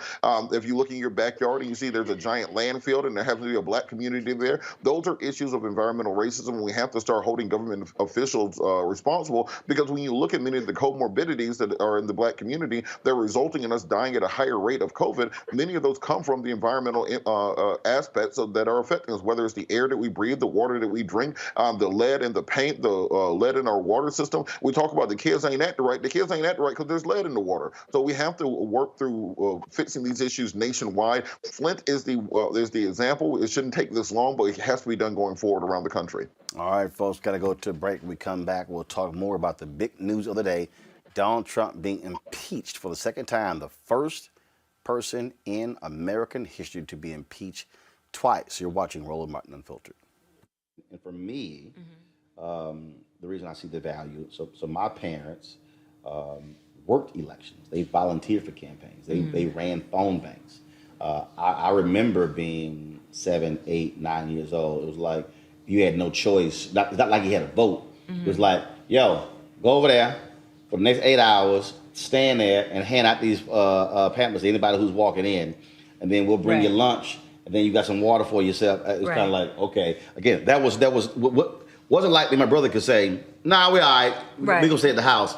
It didn't work that way. And so for me, that was a huge part of my upbringing. And look at you now. And it's very interesting because for me, service was a huge part of my upbringing. And that's just something that's just, it's a natural thing. I don't think twice about going out and doing community service. I don't think twice about giving up my Saturday mornings, even if I stayed out late on Friday nights. I don't think twice about going to church in the mornings. I think that might be even bigger than the civics piece in schools. I mean, I think that at this point, having that in schools at least gives the children the opportunity to go home and ask their parents, so Mom, Dad, what is this? What do you think we should do about this? This is what I learned in school today. Let's talk about it. At least gives the children something to bring home and start a conversation with. However, if the parents start that for the children, then, then the children can go to school and say, hey, why am I not learning this here? Why don't I have a civics class? You know what I mean? And we'll have more Roland Martins running around here. To be the first African American to become the Secretary of Defense, if confirmed, is an enormous honor and a privilege. But it's not the first time that I've been the first. Back when I was a lieutenant colonel, I was selected to be the operations officer for the 82nd Airborne Division. An African-American had never held that position before. And later on, I would become the first African-American to command an infantry division in combat. And subsequent to that, I was the first African-American to command an Army Corps in combat. The first African-American to be the Vice Chief of the Army, the first African-American to be the CENTCOM commander. It's hard to believe, but it's true. There is kind of a sad commentary here, and that is, it shouldn't have taken this long for us to get here. There should have been someone that preceded me. And I am enormously grateful for the service and the sacrifices of those that went before me. The Tuskegee Airmen, the Montford Point Marines, the folks who served in World War I and World War II, who performed with distinction. And it's on their shoulders that I stand here today. My goal is to not be the last. Hopefully we can set those conditions in place that ensure that I'm not the last Corps commander to command in combat or the last CENTCOM commander, and certainly not the last African-American Secretary of Defense. This is your coup. This is your siege. This is your insurrection. With your support for Donald Trump, you have brought this shame to America. You, Ted Cruz. You, Josh Hawley. You, Kevin McCarthy. You supported this, and you will be held accountable. This disgrace is all yours. The Lincoln Project is responsible for the content of this advertising. All right, folks, we've had a second impeachment. The question now is, what is next? First, Scott Bolden, what do you think happens next? Will you see folks go after Senator Ted Cruz, Josh Hawley? Will you see a real investigation going after Biggs as well as Mo Brooks and others and how Gosar in the House? What happens next? I think the commission will be formed. There's just too much inside support for this. With the Capitol Police, the decisions made by the administration, including the Department of Homeland Security. There's got to be a thorough investigation. That'll take some time. That'll be a longer-term view. Secondly, we're waiting to see what's going to happen at the inauguration and around the country in these state capitals. The National Guard, there 20,000 have been released in the district, and unfortunately, it's going to be like a fortress. And remember, we've got COVID, and the mayor of D.C. saying people stay away. If that goes pretty smoothly, then you're going to see the second foot drop or shoe drop in regard to the Senate and when, where, and how they take it up. You know, Biden hasn't gotten behind this impeachment process yet. He's being a practical Democratic politician, but I think that'll change once he gets into office. And so the question for the Senate will be, can the Democrats and GOP start moving forward with Biden's agenda, moving forward with his appointees, and do a quick and dirty indictment on Donald Trump. And then lastly, we're going to look and see what the state of New York does, the prosecutors as well as Tish James on the AG. When are the taxes coming out? When do the civil and criminal prosecutions move forward at the state level? And then second to last, who does Donald Trump pardon going forward if he wants to go out in a blaze of negative GOP glory? All those things to watch, lots of news. Well, of course, it did not take the folks at the Lincoln Project long to share their thoughts about impeachment. Watch this. Violent insurrections, crushing peaceful dissent. Donald Trump learned the way from his dictator pals. He wanted to be like them, a strong man. In 2019, Sisi, the man Trump called his favorite dictator, came to the White House to show Trump how it's done. An American citizen, Mustafa Kazem, was unjustly arrested in Egypt for having an American passport at a protest. Sisi wanted him dead, but Kazem had begged Trump for help. Sisi told Trump he needed to show strength, so Trump didn't fight for Kazem. 1 year ago today, Sisi executed our fellow American, and Trump let him do it. He wanted to be a strong man. He will leave a weakling with blood on his hands. Don't ever forget it. The Lincoln Project is responsible for the content of this advertising. Ah, the strong. I love it how they keep tweaking his ass, Robert. Well, we have to look at both that and also the killing of Khashoggi, which President Trump was complicit in doing so, and telling the Saudis that he saved their tail on that issue. What we're going to have to see going forward is within the next several days, the Congress putting together a legislative straitjacket around Donald Trump, that even if he cannot be removed from office, work through legislatively, both in the House and the Senate, to reduce his powers in the next several weeks to prevent him from being able to do any more damage to the Constitution.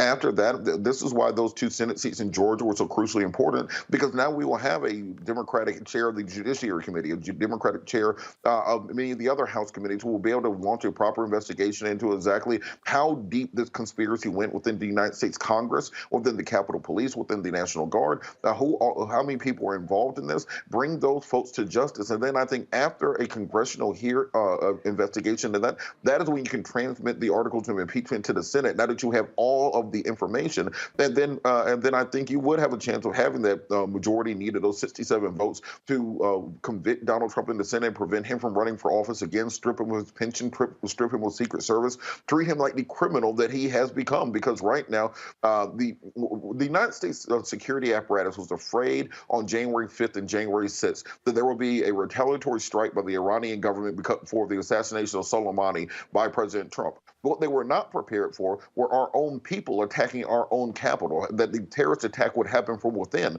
A nation could survive any attack from the outside, but when you are being attacked by your own brothers and sisters in your own capital, holding a United States flag, chanting USA while beating a police officer to death, where you cannot trust your fellow Congress people to go through a metal detector, and you don't know whether or not they're going to give you COVID or sneak a gun into the Capitol. This is how caustic the situation has gotten. That's why it's so important to bring these people to justice to prevent this from happening again in the future. It's always something when Americans love to have the moral high ground over the rest of the world, Monique. I saw this today. And Russell Crowe and the Australians, let's just say they were having a little fun. Watch this. G'day, I'm Russell Crowe. In Australia, we're lucky. We live in a peaceful democracy with universal healthcare and BPay. But others around the world aren't so fortunate. They live each day with no access to doctors, education, and are forced to drink filter coffee. Their cities are mired in civil unrest. Their people are threatened by local militia with poor fashion sense, and to make matters worse, they don't have sweet chili sauce. They are Americans. But for just $1 a day, you can sponsor an American. At Globe Vision's Adopt an American program, we'll pair you up with an American in need, and we'll build cafes in their neighborhood that serve non-processed food and flat whites. We'll send a doctor that will bulk bill and distribute pharmaceuticals that they won't have to sell their house to receive. And each month, you'll get a photo of your American, and they'll send you a ballot for a vote that they wanted to cast but couldn't because they had an outstanding parking ticket or moved house on Thursday or some other obscure bullshit. So give an American some hope and a decent chance at a good espresso. It works. I've been part of the Australian Adopt a Kiwi program, and look at me. I'm Russell Crowe. Damn. That is awful. Monique. That is so embarrassing. Monique, go ahead. No, it's hideous. You know, it's shameful. I would have found it funny if every single part of it wasn't true. Those are our circumstances, and for a country with the amount of wealth and resource and power that we have, and the amount of influence that we used to have around the world, the manner in which we've continued to treat our own people is disgraceful. And so, though that was done mockingly, it's sad, and it's accurate. The one thing that I wanted to say about where we go from here is I am glad that Mitch McConnell is saying there's not enough time to get this trial done, because there isn't. I still believe in legal process. I still believe that trials require evidence. They require the working up of the evidence. They require full time for people to present the pros and the cons and then make a considered decision, especially about something as important as this. What Leader McConnell didn't point out is that the very shortest time, the 21 days, was because he pushed it through, not wanting to give the House managers, not wanting to give the time during the last impeachment trial for Donald J. Trump for the evidence to actually come in. So I want it to be a Leader Schumer. I want it to be a tie-breaking vote by the president of the Senate, Vice President Kamala Harris. I want for them to be the ones who decide on the rules and how much evidence is going to come in and how much time people are going to have to speak so that we can get this right. And then I think that Mitch can do what it seems like he really wants to do, which is whip his own members and get those 17 votes, which one of them likely will come from him. So if he has to, just cower away and not take leadership or responsibility for this, but still get it done so that Donald Trump can never run for elective office again, can never be president of the United States again, so that he can be prosecuted or have to return all of this hundreds of millions of dollars that he's raised just since the election, so be it. I believe that we have a better chance of that job being done if the Democrats are in charge. And I also say the next step, go after everybody who aided and abetted this insurrection, including those who did so in conservative media. This is the piece done by Really American. Begin to believe that their democracy is fraudulent. If they conclude that voting is a charade, the system is rigged, then God knows what could happen. They rigged an election. They rigged it like they've never rigged an election before. Actually, we do know what could happen. It's happening right now. The U.S. Capitol overrun, under siege. Pro-Trump extremists storming inside, flooding the halls, breaching the floor of the House of Representatives and the Senate. Millions of Americans sincerely believe the last election was fake. It was a landslide election, and everyone knows it. We will not go quietly into the night.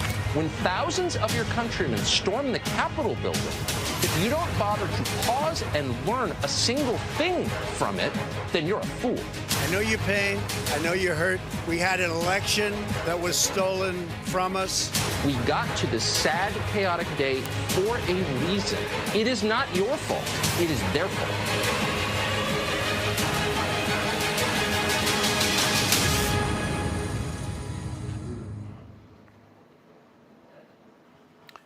Again, hold everybody accountable who have been participants in this, because, again, I keep warning, this is not the last time we're going to see the crazy. Louis Gohmert, who was on for today, he said, I'm sure we're going to see other insurrections taking place all over. That was Louis Gohmert who literally said that, y'all. I need our people to understand and be real clear what we're going up against. These people, y'all, are dangerous. These people are going to carry more water for Donald Trump. And so I just need us to understand what is at play here, what you're dealing with, what you're seeing. They're not going to stop. We've got some sad news to report, and that is Brian Monroe, who was who worked at the San Jose Mercury News with Ebony and Jet as well, died today of a heart attack at the age of 55. He also is a former national president for the National Association of Black Journalists. He passed away this morning with his family. Of course, NABJ has issued a statement celebrating his life and legacy. Many people are stunned at his passing. He was 55 years old and passing away today. And so certainly our thoughts and condolences go out to all of his family members, his friends, and also all of his NABJ members who mourn his sudden passing this morning. And so again, Brian Monroe, dead at the age of 55. Folks, let me thank Robert, Monique, as well as Scott for being a part of our panel today. I don't know, Robert, who your Skype provider is, but you may want to give Scott their phone number to greatly improve his signal, because you're crystal clear today, Scott. You know, you've been a little shaky with your video, but way to go there. Really? Well, thank you for wearing the maroon and white of Morehouse College. Well, yesterday you couldn't go there, but you made out for good for yourself anyway. Had absolutely no desire to go there. None whatsoever. Well, then none. The failure of your fault. None whatsoever. I was perfectly. I was perfectly satisfied with the maroon at Texas A&M University. So that's how we roll. And yes, we alphas are quite familiar with the ladies at Spelman College. Unlike you Kappas. Let me also give a shout out today. Excuse me, Monique. This is my show. I got this. I don't need your assistance. No, let me be real clear. I don't need your assistance. I don't need no help. So I don't need you chiming in, trying to remind me. No, excuse me. I'm talking. I don't need Monique trying to remind me of what else is going on today. So please, stay in your lane and mind your business. Okay? So give a shout out to all the Deltas. Today is their Founders Day. They call it J13. And so all of them, my wife Jack is a Delta, my sister Levita is a Delta, and all other Deltas out there. So again, a shout out to y'all on your Founders Day today across the world. So there you go, Monique. I don't need your help when it comes to that. Okay. Hey, did you shout out the Kappas on the January 5th show? Nope. Founders Day? Nope. That ain't right. That ain't right at all. I didn't. Scott, we had a lot of stuff going on January 5th. Yeah, Jack, explain to him again, Robert. We have a lot going on January 5th, and the only red and white or crimson white that matters is Delta.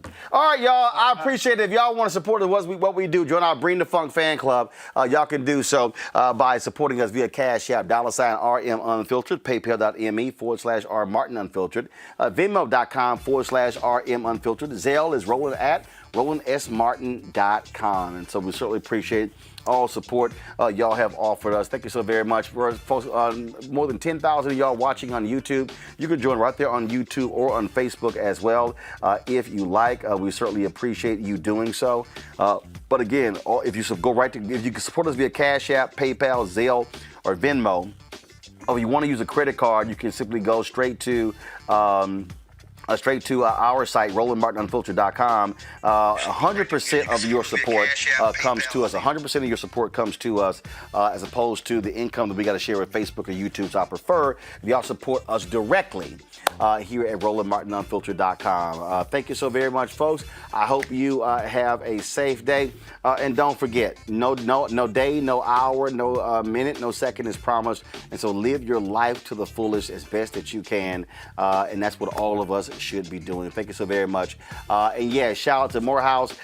Thank you for sending me the sweatshirt. We had our School Choice as the Black Choice event on the campus of Morehouse, and I certainly appreciate that. And again, I got some folks at Xavier sent me a tweet, and there were some people who graduated from Xavier who was upset that I was wearing a Dillard shirt.